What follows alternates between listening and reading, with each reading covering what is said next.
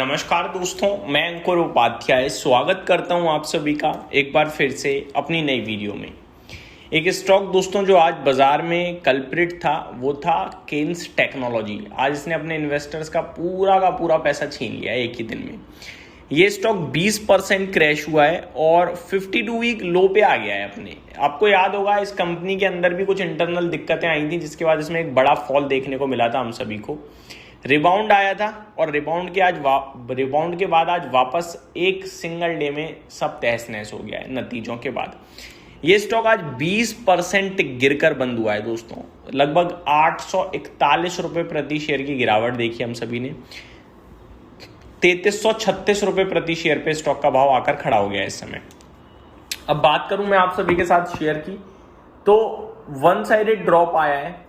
जितने भी इसने बॉटम बनाए हैं अभी रिसेंट डे में 52 वीक लो है, तो ऑलमोस्ट सारे बॉटम ब्रेक ही हो गए हैं। टेक्निकली इसकी धज्जियां उड़ी पड़ी हैं। ये कितना नीचे जाएगा ये कहना ही अपने आप में मुश्किल है दोस्तों इस समय, क्योंकि इसमें ना कुछ नए लो ओपन हो रहे हैं। मैं आपको बता दूं, मैं आपके साथ बड़े लेवल पे अगर डिस्कस करूं तो इसमें पहला और जो छोटा लो ओपन हो रहा है वो है 2800 रुपए का, और जो बड़ा लो ओपन हो रहा है वो है 2400 रुपए का।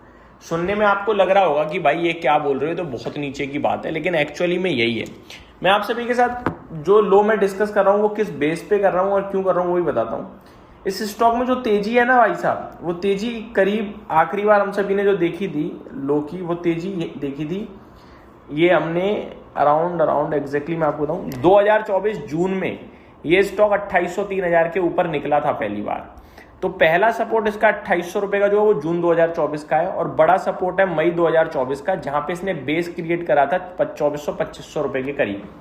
उसके बाद कभी ये स्टॉक नीचे निकला नहीं है 3300-3200 के। अब ये पहली बार निकलने को तैयार हो रहा है। आज की गिरावट के पीछे रीजन है रिजल्ट्स। ब्रोकरेज हाउसेस भी मिक्स हैं, ऐसा नहीं कहूंगा बियरिश है, पॉजिटिव और नेगेटिव दोनों है एक तरीके से अगर आप देखो तो। पहले मैं आपके साथ रिजल्ट्स को डिस्कस करना चाहूंगा, उसके बाद आप सभी के साथ ब्रोकरेज हाउसेस को शेयर करता हूं, और फिर ये डिस्कस करेंगे करना क्या चाहिए। नंबर्स की बात करी जाए तो वाई आधार पे वीक नंबर थे, क्वार्टर ऑन क्वार्टर तो अच्छे थे दोस्तों। वाई सेल्स 984 करोड़ से 1243 करोड़ पे आई, तो सेल्स तो बढ़िया है। एबिटा कंपनी का ऑपरेटिंग प्रॉफिट अगर आप देखो 168 करोड़ से 194 करोड़, ये भी अच्छा है। मार्जिन 17% से 16%, ये थोड़े खराब थे। मुनाफा 116 करोड़ के सामने 91 करोड़ रह गया, ये भी थोड़ा खराब था। तो मुनाफे में गिरावट है, बाकी तो चीजें ज्यादातर अगर आप देखो तो अच्छा ही है।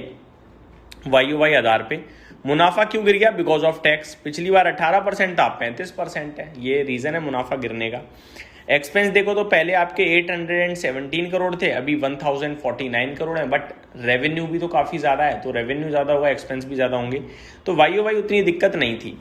क्वार्टर ऑन क्वार्टर तो सुपर नंबर लगे मुझे। 804 करोड़ से 1243 करोड़ पे रेवेन्यू का आना, 685 करोड़ के सामने 1049 करोड़ का एक्सपेंस था। ऑपरेटिंग प्रॉफिट 119 करोड़ के सामने 194 करोड़ आया। मार्जिन 15% से 16% हुए हैं। नेट प्रॉफिट 77 करोड़ के सामने 91 करोड़ पे आया। तो क्वार्टर ऑन क्वार्टर अच्छे थे, वाई भी ठीक है, मेन मुनाफा कम आया है बिकॉज ऑफ टैक्स। फिर शेयर क्यों घटा?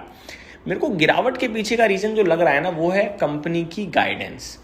30% रेवेन्यू ग्रोथ की गाइडेंस कंपनी ने वित्त वर्ष 27 के लिए अनुमान लगाई है। 30% कम नहीं होती, किसी और कंपनी के लिए होती ना वो भाग जाता, लेकिन ये क्यों गिर गया? क्योंकि कंपनी पहले 35% की बात करती थी, अब 30 की कर रही है, ये मार्केट को दिक्कतदायक लगी। Company expect to achieve around 17% EBITDA margin, 17% के एबिटा मार्जिन वित्त वर्ष 27 तक अचीव कर लेगी कंपनी, ये भी कह रही है। आगे prioritises semiconductor OSAT facility, marking a key strategic change for higher profits. Investors watch the 28 billion rupee investment plan as success by 2027 को transform the company from EMS provider to a semiconductor leader. तो company खराब नहीं है, company खराब नहीं कह रही है, ग्रोथ भी आगे स्ट्रांग रहेगी, बस थोड़ा पहले ज़्यादा अनुमान था, अब थोड़ा कम कर दिया है। और क्वार्टर ऑन क्वार्टर अच्छी इंप्रूवमेंट आई है मेरे हिसाब से। ये अगर गलती से 2800 रुपये आए तो मुझे लगता है इसमें इन्वेस्ट करना चाहिए, ये मेरा कॉन्ट्रा है। लेकिन 2800 और 3300 में करीब 20% का फर्क होता है दोस्तों। मैंने तो बोल दिया 2800 आए, लेकिन 3300 पे क्या करना है ये इंपॉर्टेंट है। इसके लिए मुझे लगता है ये जिस हिसाब से आज टूटा है, प्रेशर में था, हो सकता है 1-2 दिन और गिर जाए। जहां भी गिर के बेस बनाए वहीं से निवेश शुरू कर दो, कॉन्ट्रा हो जाओ 6 महीने के लिए, यानी 2 क्वार्टर्स के लिए। मेरे को लगता है यहाँ पे नुकसान नहीं होना चाहिए।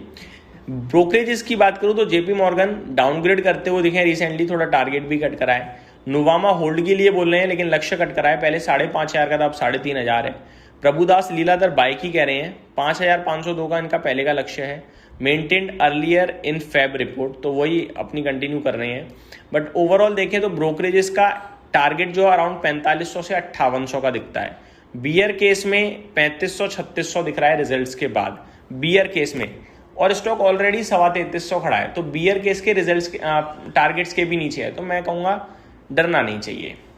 कॉन्ट्रा है भाई, सब लोग नेगेटिव हैं, मेरे को भी नेगेटिव लग रहा है, लेकिन मेरे को ज़्यादा चीज़ें अच्छी भी दिख रही हैं यहाँ से। तो ये मेरी तरफ से आपके लिए अपडेट थी, उम्मीद करता हूँ डिटेल्स पसंद आई होंगी। Thank you so much for watching this video, have a great day guys.